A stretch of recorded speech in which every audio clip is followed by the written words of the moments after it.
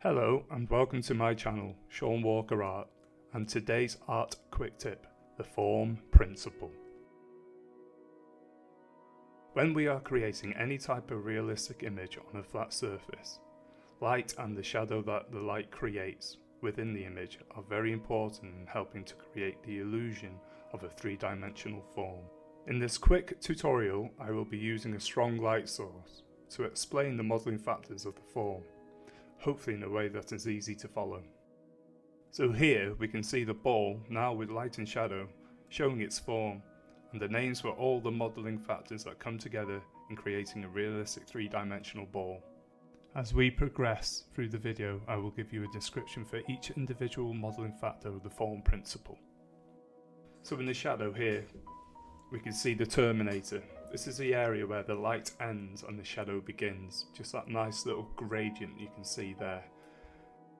Now as we can see in the shadow, we have what's called the core of the shadow.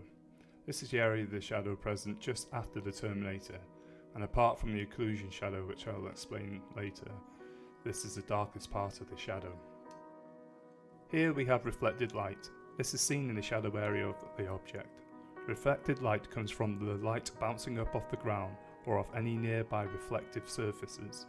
Reflected light will raise the tonal value of the shadow and can cast its own object hue into the shadow. When outside in the sun, reflected light in the shadows facing upwards are usually cool from the blue sky or the clouds. Most shadows facing downwards are usually warm, as the warm light from the sun bounces off things like grass or stone up into these shadows. On a sunny day, any vertical surfaces in shadow usually get a mix of cold and warm reflective light. As there is an increase in distance of the source of reflected light from the shadow in question, the drop-off in effectiveness of reflective light also increases. Cast shadow. When an object is hit with light, the object stops the light that hits it from travelling beyond the object, causing a cast shadow. The cast shadow can be flooded by various light sources like the sky, sun, clouds and reflected light, to name a few. The edges of the cast shadow will go from a crisp edge to a soft edge the further the shadow travels from the source object. Now moving on to the occlusion shadow.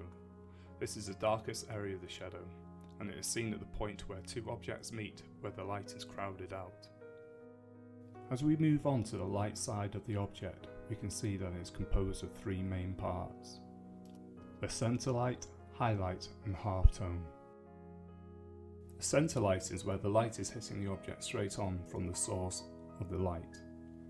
The highlight is where the light rays are hitting the object and bouncing straight at the viewer.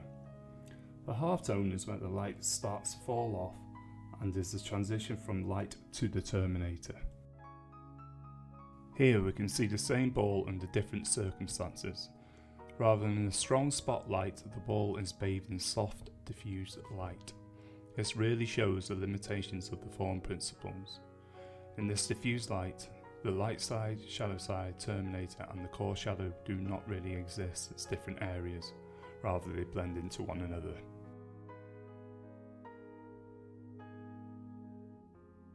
Now we have reached the end of this art quick tip. Hopefully this has helped you in grasping a good understanding of the form principle.